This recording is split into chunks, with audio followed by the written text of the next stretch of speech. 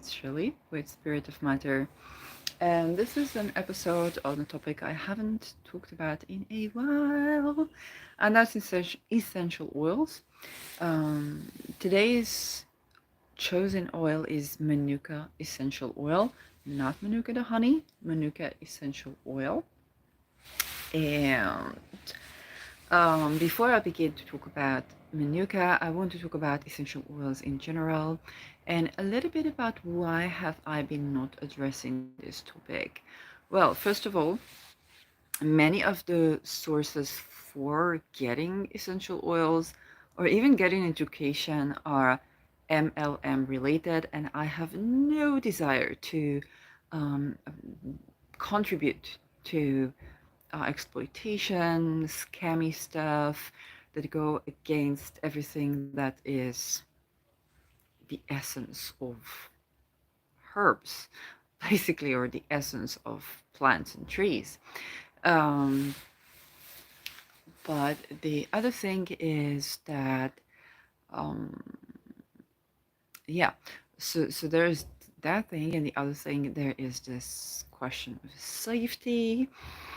And so I can't like really teach you uh, everything of it, but there are some things that I've seen that I want to talk about, and this issue begins to be quite important. I'm not an naturopath, so I can't give you like herbs advice, but I am an aromatherapist, and I can say something about oils that might be useful.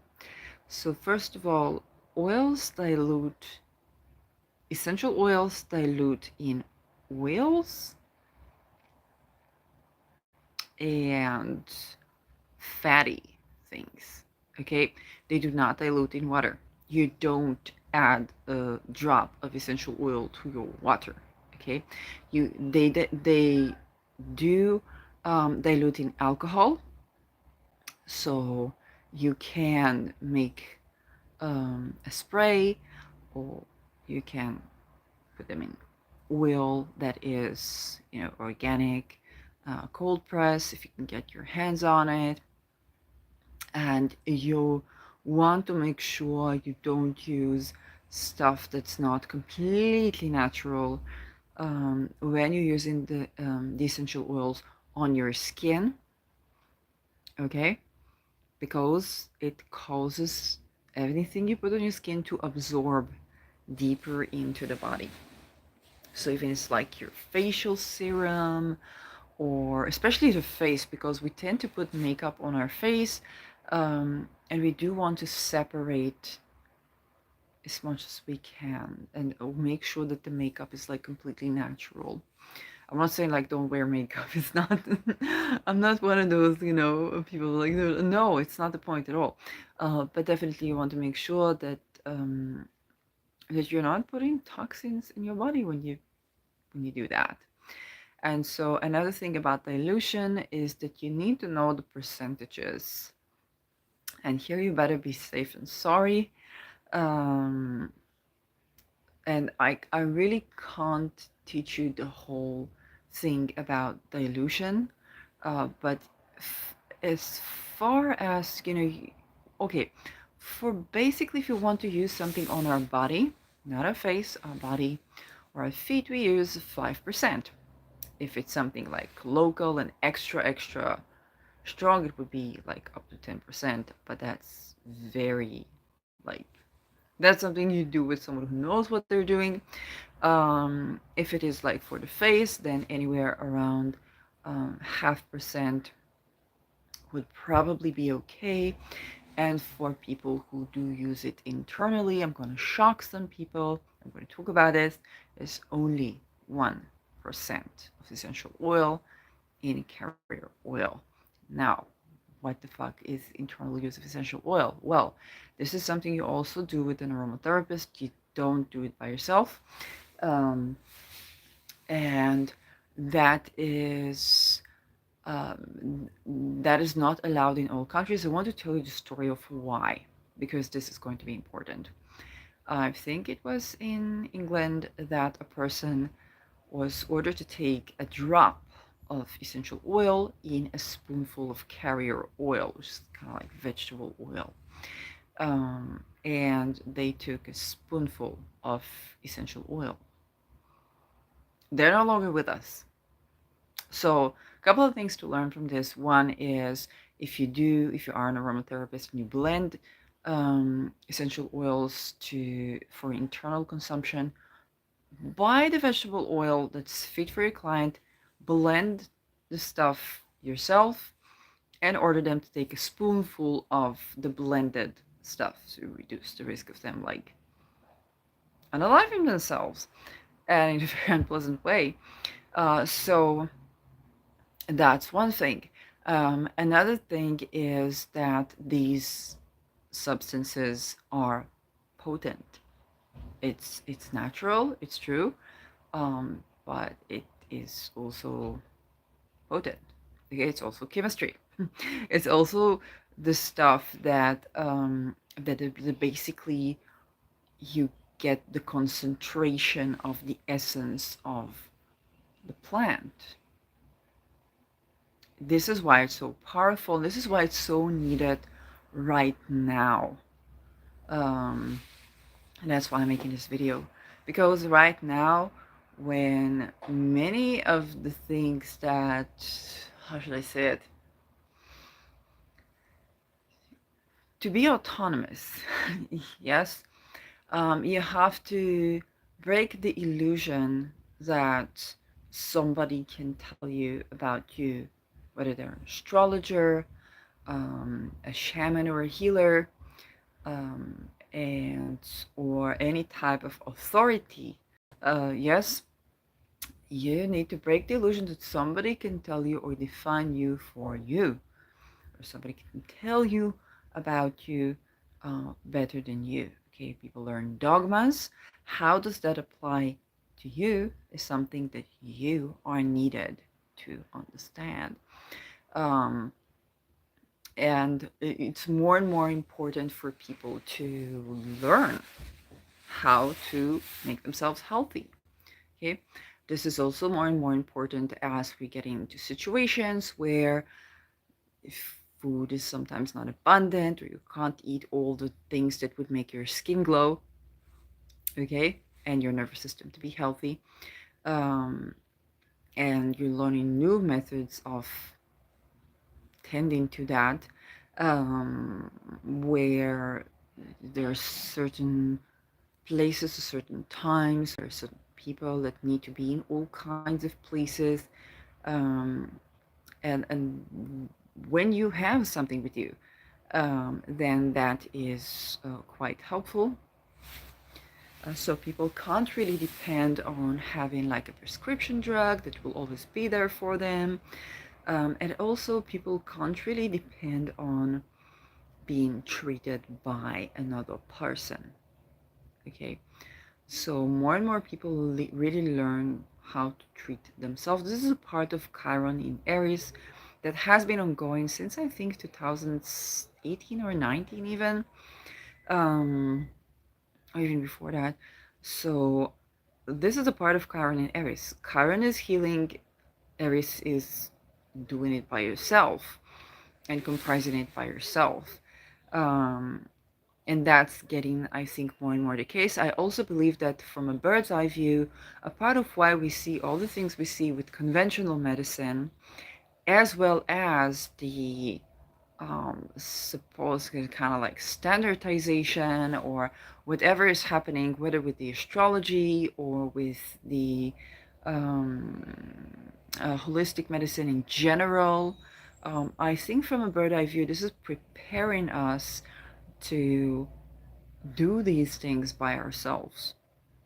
And it's something that can be very empowering when you have this ability to do so and when you understand that you are the authority regarding what's happening in your body. You're the authority regarding what do you consume, what do you not consume, be it sham or whatever. Okay. Um, and from each of our perspective, even if it's astrology, okay, you are the delineator of your chart.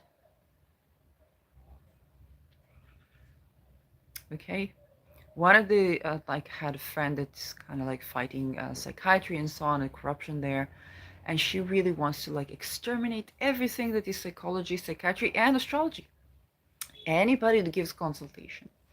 And her story was that she had a big office, beginning to be famous, and she went to therapy and she got betrayed by everyone, including those people who kind of give like personalized advice and so on and so forth. And she says something very true.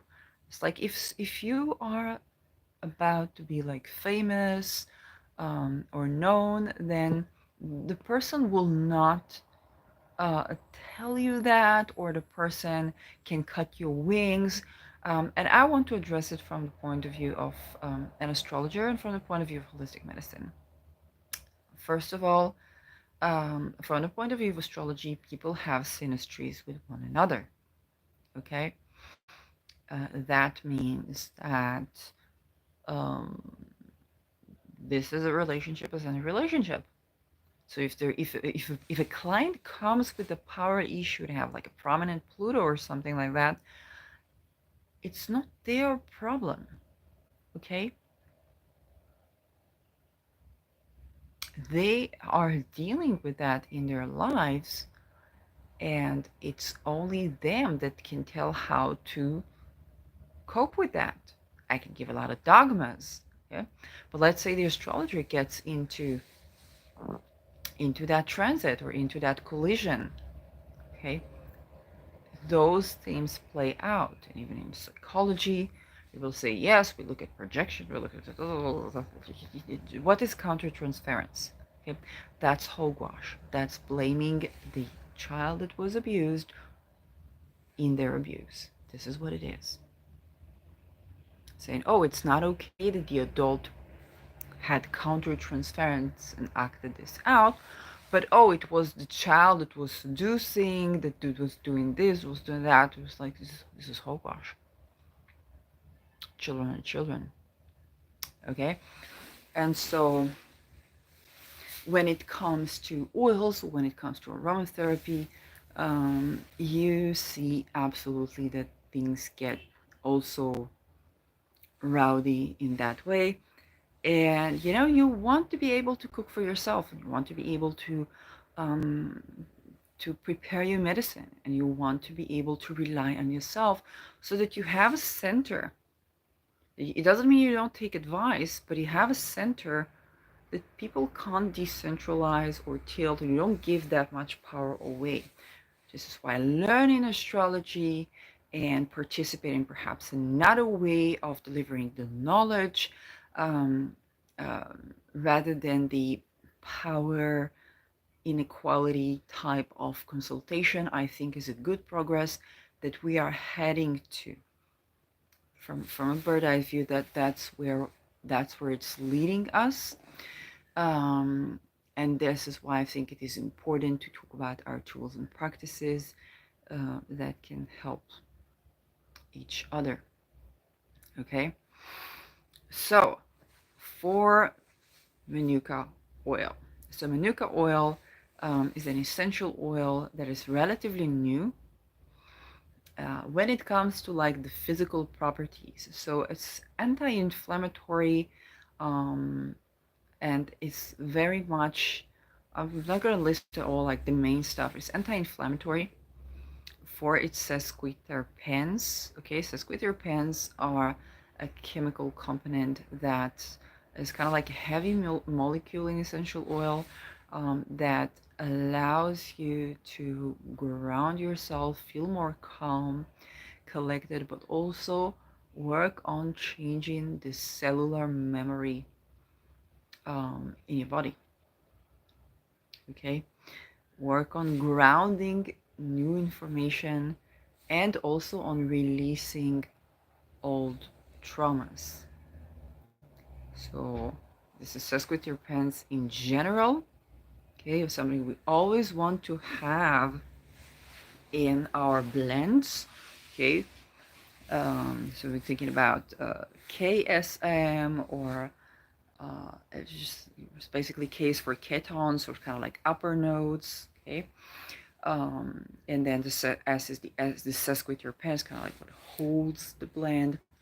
And M is the monoterpenes, which you find like in orange oil, and those are kind of like a middle note. Okay, then we have a whole or holistic. Okay, one oil that is whole is cistus, which is a whole essential oil in the sense of its components. Okay, because the ketones they dissolve stuff. The monoterpenes they are also anti-cancerian, anti-cancer, not cancer the astrological sign like cancer disease, and they are also um, some of them aid in deepening the breath and many other properties. And they're lighter, and then there are the sesquies, which is a must in this area. Okay, the sesquies grounded for you. Okay, the sesquies allow you to return to be physically in your body and calm your nervous system. Okay, and thus are anti-inflammatory. Okay, inflammation is stress.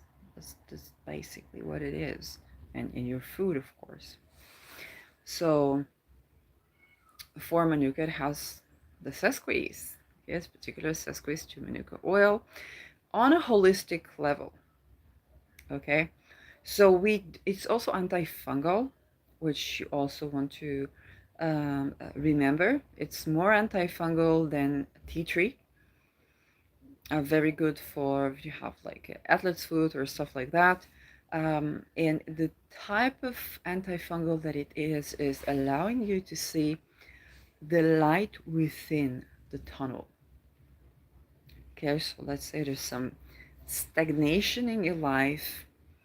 This oil allows you to see the light in your current situation. That allows for movement. Okay, and that allows you to take steps. You talk about feet, steps, um, and to be centered and to assert your boundaries. Okay, so just today, as I was buying Manuka oil, it's a long time since I've had it. Okay, I've had it in my previous apartment 3 years ago. Okay, well, I began to use this, and then there was a neighbor that couldn't stand the smell, so he couldn't be next to her. And it was actually good because needed the energy to separate. And then later I would go on a journey, so to speak, that would be quite meaningful to my life. And so I bought it again. And as I was thinking about the light within the tunnel, there was a siren. And just a second before that, I was thinking about the tunnels in Gaza. And there was a siren that we got into a safety room, which is basically a cave, like a tunnel. Um, and later, I read basically that there are the soldiers that went into Gaza, they uh, contracted certain viruses, viral infections that are to do with fungi, okay, the fungi stuff. And that makes so much sense because fungi talk about stagnation and they grow where there is a humid place that is stagnant, doesn't have movement. Okay, for something to have movement, what do we need? We need to move around, we need space. There's a lot of people crowded and we don't have enough space. Okay, immediately it took me back to me treating my own toenail fungi for several years. And as I began to see progress, the war broke. Now, another thing about fungi, when you have it in houses, it can be mold, and that can be toxic to your lungs and to your nervous system. Now, astrologically, the transits that we have now is Mars in Sagittarius, which is ruled by Jupiter, squaring Neptune. Okay, the moon was triggering it because it was applying to Neptune in Pisces, and Mars rules soldiers and inflammation. Neptune rules viral infections. Okay, another thing that's in Pisces is Saturn, which is ruling Capricorn and Aquarius, and in Capricorn we have Pluto. Pluto is like fungi.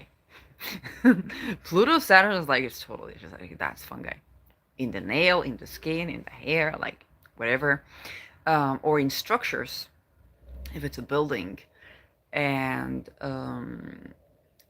that and we have Mercury retrograde in Saturn's sign, which pertains together to the skin and to the nervous system. Okay, so basically, if you have mold in your house, it kind of means that something is going to happen. You might not be able to live there, and you might be evacuated, and that's actually like you would not sustain if you lived there. Um, and lo and behold, this is something that we deal with in one of the houses that that a family member lives in, and trying to gather a way to treat that. Okay, so you see how those things, the astrology, the transit, the tending to the body, the holistic meaning of it all kind of combines. And indeed, Manuka oil is very good for the skin, and it's very good for like antifungal stuff. And also, if I would, travel in the train and there would be people with viral infections that came like from Gaza, then that could be like an antidote. But it's also good for people who have been in Gaza. Okay, I know that it's very inaccessible to try and give it to the people that are in there, but people who have been in whichever circumstances in there, because we want to create movement where there was stagnation. This is what we do in holistic medicine. Where something is stagnant, we create movement around it. And Manuka is very good to our solar chakra where we set the boundaries. Okay, we assert ourselves to create movement, and we also are grounded. Okay, and so it's considered a warrior oil actually, and it's not about warrior in the sense of like aggressive and so on. So it's more like if you have to set a boundary, if you have to say something, you have to make sure that you're safe, that you're protected. Whether you're speaking up for yourself or acting on something, then this is a very helpful um, aid in that.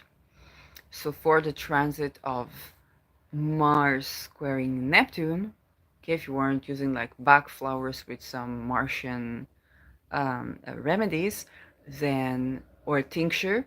Okay, tincture with Martian herbs is also very good because alcohol rules spices, and Mars is um, if you put like the herbs, uh, but also the essential oil that is essential oil in general is like scorpionic, which is ruled by Mars, and Manuka works with the solar as well, okay, solar chakra, but also it is antiviral and creates movement where the infections are. So it's very good for the whole interaction with Pisces and Saturn there. And that was the story of the day. Okay. So Manuka is very good for seeing the light within the tunnel. Of course, you can, if you can get your hands on it, then it's important to source it correctly. If you know people that grow the oil, that would be the best. If you know people, companies that are not MLM, okay, you're gonna have to do your research there, um, because we want to enjoy the medicine rather than contribute to exploitation, and that's important with both crystals and essential oils and whatnot. So more about Manuka. Well, you want to, if you can, you want to blend it and you want to have it on your feet and on in your hair. If you can see my hair here is a bit oily. It's not because I haven't showered. It's because I put the oil on my hair with Manuka. So the hair, right, is also connected with not just the crown chakra but the root chakra and with Saturn. Okay, feet, Pisces, uh, and, and of course the root chakra. So we want to cover our feet and cover our hair, and so we create this insulation that allows us to clear and clean the energy and be present with our bodies. Um, in terms of blending, so what does this oil blend with? I did a fuga, which is my habit of doing just one blend of just Manuka, then add another oil, then another and another. I only had one more bottle, so I put Manuka and lavender. I really, really love the combination. Lavender in general, I use it as kind of like, for me, it's the oil of being attuned to my heart, but it's also kind of like aligning the third eye with the heart and expression. But it's going to be very personal to you on what it does. Okay, if it's indeed a mercurial oil, then like, where is your Mercury? That is where it's going to touch on. Um, but also an oil that gets the together with the Manuka is kind of like a deep breath. Okay, just with the lavender is nice, just Manuka is nice, both together it's kind of like that deep breath. And it's also great for the nervous system, calming the nervous system, um, and it's just a classic oil to have if you get bruise or something like that. You put a drop of lavender. So that is great to have. Another combination I want to try is orange, which deepens the breath for its abundance of monoterpenes. So orange is kind of always good to add into a fuga. I call it a fuga. Okay, you call it a blend. I call it a fuga because I totally like how the structure. Maybe I'm neurodivergent in that, but I just love it. It's like art for me, and then I get excited. I get excited about that. So it definitely blends well with orange. It blends well with lavender. Okay.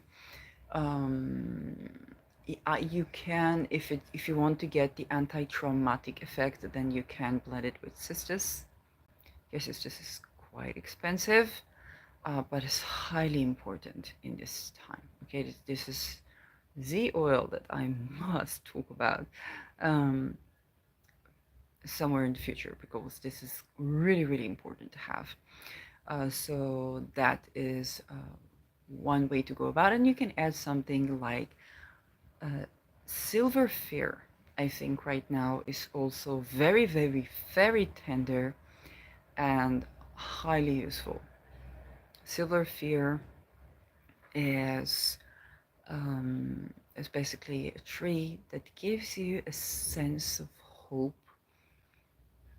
This is something I would definitely put in any blend of a person who's going through whether it's a traumatic event or change in their life, and they found it difficult to take steps, okay, or to have hope, or to see the process. Okay, it's a very tender influence that I think a lot of people could use right now. Again, depending on the person how they react with that. Um, Other oils that I might throw in. Well, depending on the person, you might go with like the classic frankincense and myrrh. Okay, there's just kind of oil of the mother, oil of the father. Absolutely. Palo Santo. is an interesting combination that I would definitely try. Palo Santo is kind of like about unconditional love, and um, Manuka actually asserts with helps with the boundaries. So having both unconditional love and setting boundaries is something kind of healthy to me. Um, mm, mm, mm, more oils. Well, there is this one is more for like the psychic, kind of like the Moon Neptune, and that is Elemi. It smells like you'd get high on something. Um, but Elemi is a very spiritual oil, kind of like a Zen-like oil that I think can blend very well with Manuka if you are that type. Okay, so this is a trial and error. It's not something that I would necessarily put in like a blend for somebody who's like speaking trauma right now. Although it can, I used it when I was in between houses and I loved it. Um, but it is because it requires holding a dissonance. I find that it can be very helpful for people who have left an unhealthy relation where there was trauma bound, and it's not just relation to a person. It can be all kinds of like violence, psychological violence that we have in war, and that can help you to hold a dissonance because what happens in these situations is that you get a lot of wealth, and wealth I don't mean just finances. I mean wealth of knowledge, wealth of experience, wealth of emotions, wealth of care, supposedly, or partially, and then, okay, or alongside that, there is hurt, there is betrayal, there is downright life risking situations, and that is the trauma bond. LME can help you understand the yin and the yang of things if you uh, if you integrate basil into that, then that allows you to understand why am I here, why am I here, what am I getting in this relation, and also to with Manuka oil also to set the boundaries like I am deserving of all of this wealth with consistent respect. Okay, this is not just romantically. We are deserving of all of the wealth with consistent respect. Very important message for the times. I mean, I mentioned basil. Basil, you want to be cautious if you have thyroid issues, okay? Because while it can help balancing the thyroid, this is something you do want to work on with an aromatherapist who knows what they're doing. But if you don't have thyroid issues, it's not a problem to use either Measuram or basil. It's more like if you have imbalance, then you want to make sure which type of the unbalance, and then the oils will be prescribed accordingly to balance that. Um, which more? Mandarin and um, Manuka can work very, very well together. So mandarin, Manuka, and kind of like even lemon, because mandarin is connecting the throat chakra with the sex chakra, and that is expression of our desires, but also it's about acting on that. Okay, so Manuka can kind of like balance you, and then you get the drive to do something.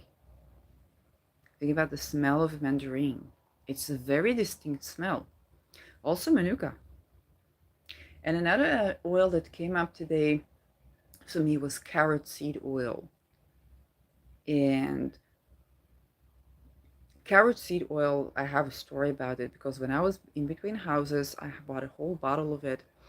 And when I needed space in the train to be safe, just 2 drops in my hair, Only the people who could sustain healthy relations could sit next to me, because this treats jealousy, envy, passion, and all of the things. When our sex chakra is not balanced, we are overly possessive or enraged or stuff like that.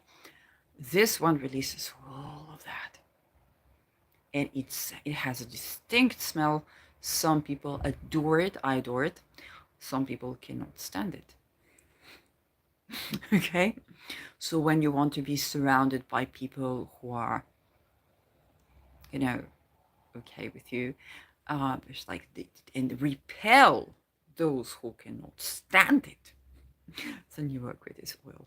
Okay, Manuka can be one of these oils. Manuka has a very distinctive smell. Cistus. Okay, when I was learning aromatherapy and I'm recovering from CPTSD. Then my teacher used to tell me, you need to stop thinking that cistus oil is strong. Because for me it was very strong, and I was like, I'm not alone in this. I just will put one drop in my diffuser on the fourth floor, previously where I lived, and the neighbors that were sitting in the garden, in the garden outside the building, they were smelling it. Like, I'm not alone in this. It's just a smell. But definitely I've learned to work with it more tenderly, um, and did not give up on incorporating this oil. It is so important. Okay. Then there are the really expensive ones, like rose essential oil, which you can get blended with jojoba, and that is also highly, highly good for self-love. It's one of the self-love oils. Self-love allows us to take a stand like, oh, hey, I deserve to be treated well. And again, it's not about this. Of course, you can use it like romantically, but it's also it's a Venus distinct one, and Venus is basically about I am worthy. Okay, I am worthy of being treated with respect. Something we all must internalize, because Pluto is going from Capricorn to Aquarius, and in Capricorn we were dealing with our relations with the father, relations with the guru, relations with the institution, relations, and it's kind of like the karmic relations. Okay, kind of like, is it twin flame or is it a karmic, and so on and so forth, and going through these processes of maturation, because what we are heading to right now, we will need to really approve ourselves, validate ourselves, heal ourselves. I cannot emphasize it more. Heal ourselves.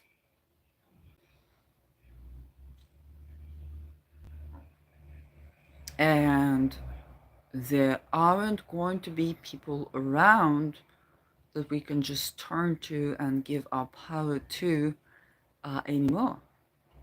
Okay? We're gonna have to learn connection based on equality. Okay, Pluto in Aquarius is the farthest from the sun. This is the farthest from the sun of the self and the ego, but also the leader and the performer. Okay, this is where the children are alone and there is no mommy and daddy to put order in things, and they do desire to have their own independence, and this is also where uh, certain global authorities can kind of want to take over, um, and we can no longer, like, we won't have the privilege, it's a privilege, we won't even have the privilege to say, okay, oh, that ex was toxic, but thank God I went to the therapist. Or, oh, that therapist was toxic, but thank God I went to that, social group. Now, um, if the word for Pluto Capricorn was gaslighting, okay, by the time Pluto enters Aquarius, humanity has done with its time of learning what gaslighting is and how to stay centered and cut contact with gaslighting. Okay, we also are learning to provide especially the healing for ourselves, and learn a more equitable forms of inclusivity. And whatever we didn't manage to do as people, we're gonna be having to learn how to do this as people. Whatever the governments did, we're gonna have to learn how to do this as people. And there is an or else here. Okay, and the or else looks like the conjoining of the French Revolution and the Second World War. That is what it is. We're already seeing those things. Um, Definitely, there are, everybody is going to have to look within, um, and come to their own observations. Okay, I believe we can't offer an alternative to eugenics, um, without biodiversity. Okay, we can't offer an alternative to death and concentration camps without a form of charity of the people, where if all else goes wrong, regardless of your ability to work, you are included. Okay, you don't go to the death camp or to the concentration camp and work until you die. And this is the lessons, okay, that we need to implement. We need to at least understand that we need to think about how to do this.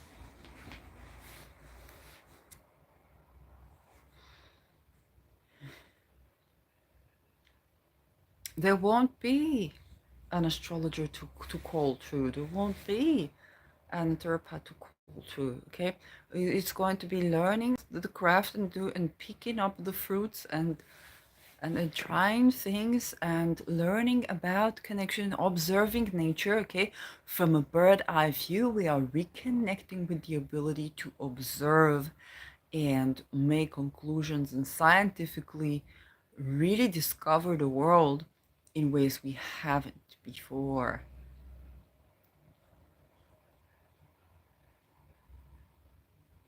From a bird eye view. Okay, but we also have the AI. We also have the AI is military. What we need to remember about this is that robots learn what humans teach them. Okay, robots learn what humans teach them, and if your army is made of um, robotic stuff or is made of people, then um, those robotic stuff were taught by people. Okay, so you need to remember that. Eventually, what do we say when people act in a way that is obnoxious? We say they're not human.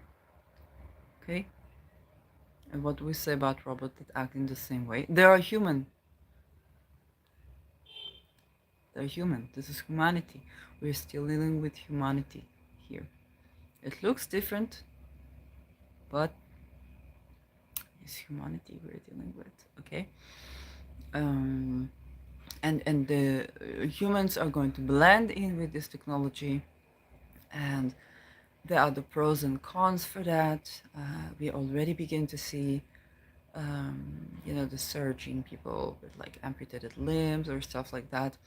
And yeah, even today you can regenerate, you can print an arm, you can print food, and you can connect it with the nervous system. This is today.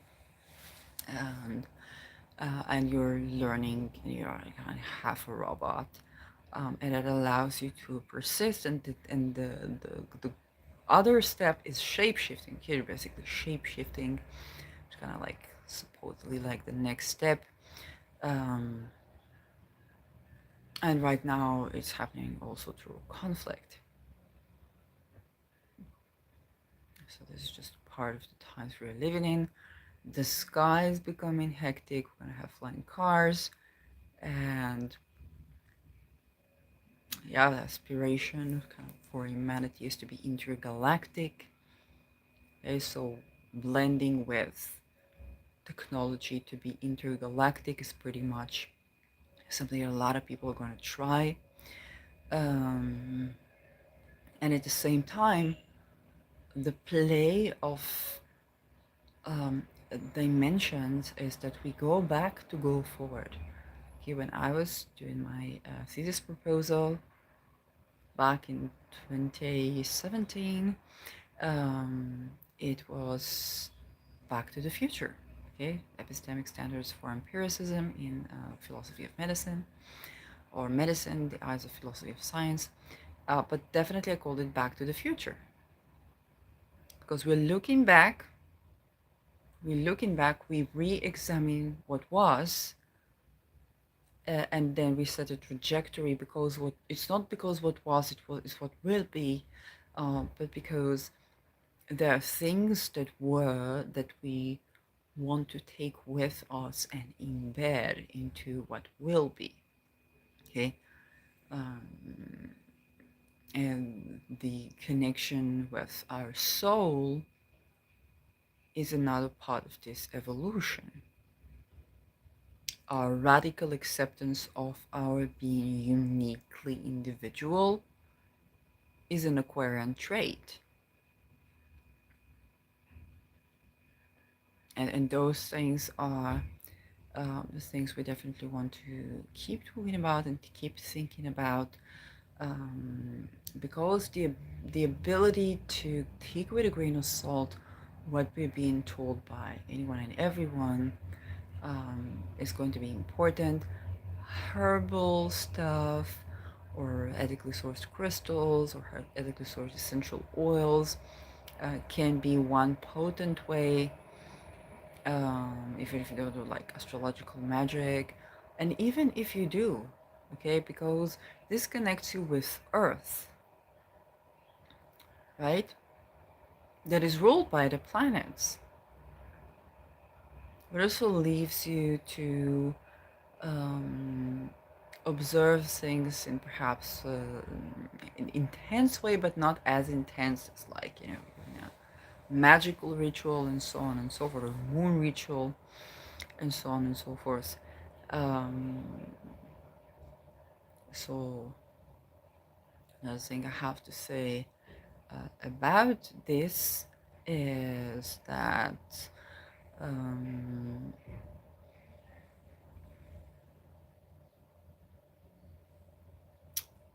we really like where do we go from here?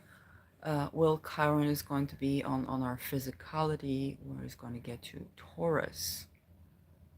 Okay, so ability to express our voice and so on and so forth, our sensuality and whatnot. We will need to comprise it ourselves. Now it's in Aries, so the rise of neurodivergence, the acknowledgement of neurodivergence, the necessity for radical acceptance. You're going to have a more interconnectedness to your interpretation if you are to look at things. And this is why we go back to the future, because reading a book like The Yellow Emperor, okay, just ancient TCM, can be very useful, but also not all that back in history. Reading a very basic body description of like Louise Hay for like the holistic meaning of organs in the body can be useful. Okay, if or knowing astrology of the body. Okay, Saturn is hair, and it's also our roots and our ancestry. Okay, so connecting with both like the feet, which is root chakra, and pampering our hair can give us a sense of groundedness, and also heal, tending to heal stuff to do with our ancestry. Okay. Saturn also rules our teeth, our skin, and so on and so forth. Being comfortable in our skin is so important right now. If you have a skin issue, it can be you're in an environment where there's so much racism going on, the surge of racism. It's not just anti-Semitism or Islamophobia. There's a rise in we want to be on our land with our bloodline that's like completely mixed of all the things in the world that you can imagine. Um, but there's just like the desire to distinguish oneself on a base of bloodline and so on and so forth. That can create a backlash and people hating each other and so on. So this is strenuous and it troubles the skin. If you're in such environment, and sandalwood is something I totally recommend because I think it is Australian, yes, Australian sandalwood, because it's highly expensive, but you could call it the spirit of sandalwood because unlike Manuka, where you're like more resilient and you're self-sufficient and you stand for yourself, um, sandalwood is about um, being able to be nourished by your environment. Okay, it's basically a parasite tree. And so if you are in experiencing, it's good for autoimmune stuff because although we don't say autoimmune holistic medicine, but what it's good for is that those who feel like the environment is not supportive, sandalwood can give you the wisdom and the frequency and the deity of feeling like your environment is nourishing you, your environment is supportive of you. So that's excellent for skin stuff. Okay, Manuka is antifungal. It gives you the groundedness and the ground on the base on which you can build upon, and you start creating motion there. It's kind of like a super tea tree, where in the tea tree you kind of like take responsibility and get out of stagnation. Then here you really are supported. Um, to see the light within the tunnel and to keep proceeding, pursuing what you desire, and setting kind of goals for yourself and acting on them.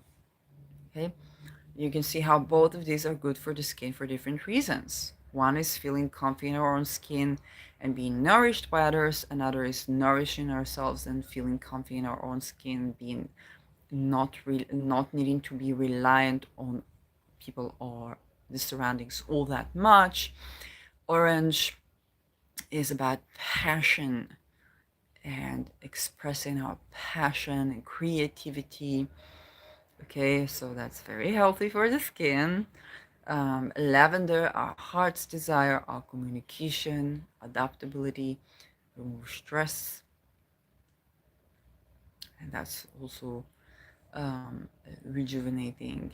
So and carrot seed, of course, it cleanses us from envy, from jealousy, from those hard emotions, okay, those Plutonian even emotions that we can hold. And it's very grounding, it's very centering. Of course, our skin is clear when we use this oil. Okay, very again, grounding. And those are kind of like classic um, skin oils, and you see how each one helps the skin from a completely different point of view. And why I want to help the skin, because this is the insulation. It's the biggest organ in the body. It's not just cosmetics.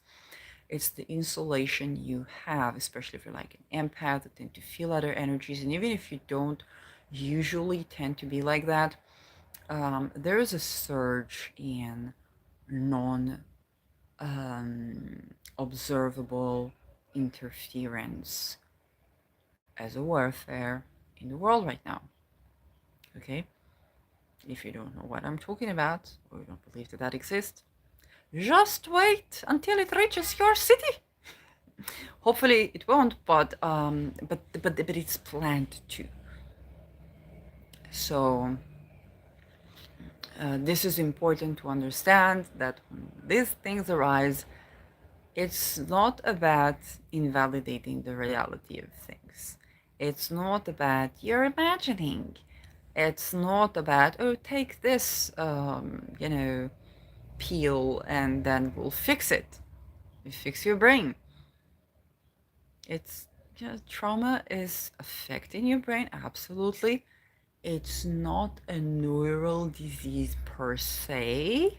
It affects your neural system and then it becomes neural disease as well, but it's not beginning as neural disease. You've been through stress. You've been through something that shouldn't have happened under any excuse.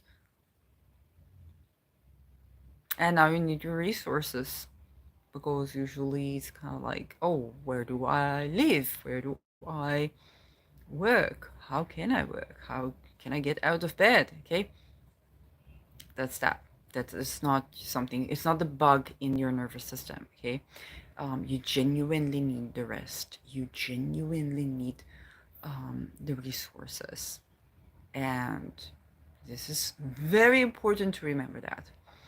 Okay, if people tell you, oh, there was a war, there was a conflict here and here, and there were so and so people, and 80% are having a PTSD. Like, 3 months war almost is not PTSD, it's CPTSD, because prolonged exposure to traumatic events, and this is all inclusive. Not 80% of the people will develop lobotomies, all of you.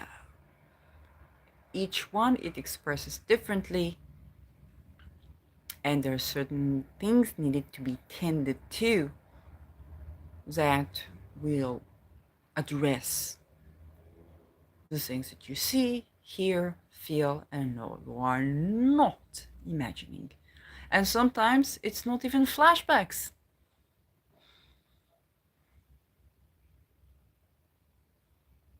So many people knew about what was going to happen in October 7th years ago. They didn't know how to connect one with another, but they were seeing it, they were feeling it, they were. Okay? It's just so. That's energy. Um, so definitely a lot of people are going to know it's energy. Um, and again, okay, everybody's going to develop like their own means, and in every situation there are different things that you can do. But you can see how it's just simple story of fungal stuff and being addressed with Manuka oil, uh, returning and connected to so many things all at once, that are moving, that are changing, that are no longer stagnant in a situation. Um, and that is, yeah, that's what I have to say. And also, you will see that channels are being censored, okay? You're a herbalist, you're a aromatherapist, you're an astrologer, you're a healer. They are being censored, which means you're gonna have to access the information, and the YouTube haven that was, okay, you're gonna have to access the books, access the information, you're gonna have to learn more things ad hoc and perform more things ad hoc than ever before in recent times. You're not gonna have the time to get certified in this and certified in that, and even if you are, it's gonna get more and more complicated, especially when the worldwide institutions are dealing with finances and medicine. Okay, so from bird's eye view, this is what it is. It's we're learning to think for ourselves, and we're learning that we are not less more biased than any person out there who is doing any science out there, albeit what we may think. Yes, of course, you can learn critical thinking. Does it happen? We're gonna have to find your own way to run into that, um, and to implement it. So, yeah.